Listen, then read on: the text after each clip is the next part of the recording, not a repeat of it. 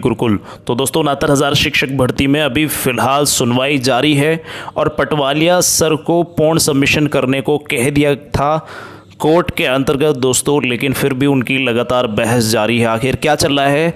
यहाँ उन्होंने उत्तर प्रदेश सरकार और एनसीटीई के 28 जून 2018 के पेज नंबर 254 और पेज नंबर 3 पर दोस्तों डिस्कस किया और उसके बाद 23(1) के अंतर्गत ज़रूरी नहीं कि बीएड को नियुक्ति दी जाए, ये उन्होंने कहा पटवालिया सर ने, यानी एक तरह से बीएड पर पलटवार किया। अभी फ़िलहाल दोस्तों आरटीई एक्ट के पेज जज साहब को बताते हुए पटवालिया सर लेकिन जज महोदय जी ने कहा मिस्टर पटवालिया बट सी और at the page number 168 amendment time to the time by NCT is given 2010 पर बेसिस हो रही है। यहाँ उन्होंने कहा जज महोदय जी ने कि आप एनसीटी की जो गाइडलाइन है, अमेंडमेंट है, उसको देखिए आप। तो यहाँ फिर उन्होंने संशोधन पर बहस की। पटवालिया सर ने संशोधन 23, 24 और 25वें संशोधन पर लगातार बहस की। अपेंडिक्स 1 और अपेंडिक्स 2 फिर से देख लीजिए माय लॉर्ड, ये उन्होंने कहा। कोर्ट ने कहा कि कैसे हुआ रेट्रोस्पेक्टिव, यानी पटवालिया सर ने बताया कि परीक्षा के बाद हुआ ये सारी बातें, और इन्होंने फिर से अमेंडमेंट पर बहस शुरू की और कोर्ट ने कहा कैसे हुआ, तो पटवालिया सर ने बताया कि परीक्षा के बाद। कोर्ट द्वारा दोबारा से दोस्तों कहा गया कि एग्ज़ाम कब किया गया था, तो कोर्ट को बताया गया कि 6 जनवरी को एग्ज़ाम हुआ था।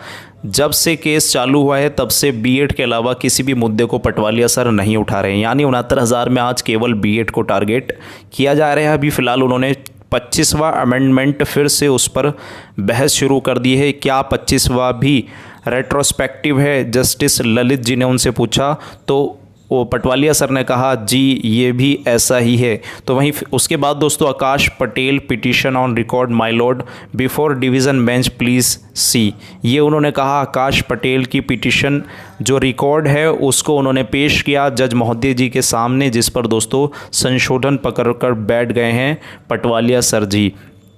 और आज जो है पटवालिया सर लगातार बहस कर रहे हैं और उनका जो है अभी तक सबमिशन समाप्त नहीं हुआ है और पटवालिया सर के बाद डायरेक्टली सरकार को बहस के लिए उतारा जाएगा, जो सरकार जो है बीएड बीटीसी को लेकर अपनी बातें स्पष्ट करेंगी। अभी फ़िलहाल दोस्तों पटवालिया सर ने क्लियर कहा कि जनवरी में पेपर हुआ है और यहाँ बीएड जो है हायर क्लास 6 से 8 में पढ़ाने के लिए है, ना कि 1 से 5 में। और 1 से 5 में आने के लिए उस पर जज महोदय जी ने कहा कि 1 से 5 के लिए एनसीटी ने उनको एलिजिबल किया है और इसके लिए उनको 6 माह का ब्रिज कोर्स यानी ट्रेनिंग लेनी होगी, ये जज महोदय जी ने कहा है।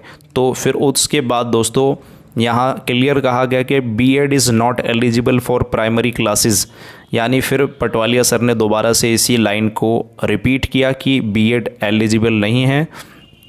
अभी फ़िलहाल दोस्तों जज महोदय जी ने 5 मिनट का समय फिर से मांग लिया है और आपस में बातें कर रहे हैं। दोनों जज आपस में वार्तालाप कर रहे हैं, देख रहे हैं कि आखिर क्या है बीएड वाला संपूर्ण जितने भी कोर्ट ऑर्डर प्रस्तुत किए गए हैं, जो बातें रखी गई हैं पटवालिया सर के माध्यम से, उनको अभी जो है डिस्कस कर रहे हैं।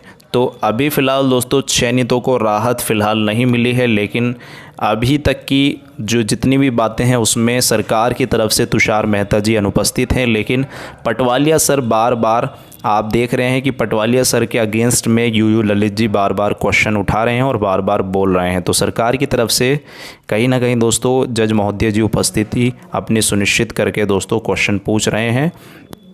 अभी फ़िलहाल हाई कोर्ट में बिना नोटिस इशू हुए आप सुप्रीम कोर्ट आ गए हैं, ये उन्होंने कहा है, यानी क्लियर कहा है किससे, शिक्षा मित्रों के अधिवक्ता पटवालिया सर से ललित सर ने। देखते हैं आगे क्या होने वाला है दोस्तों, जैसा भी होगा आपको सूचित किया जाएगा। फिलहाल इस वीडियो से इतना ही। Thanks for watching video, take care, bye bye, God bless you all guys.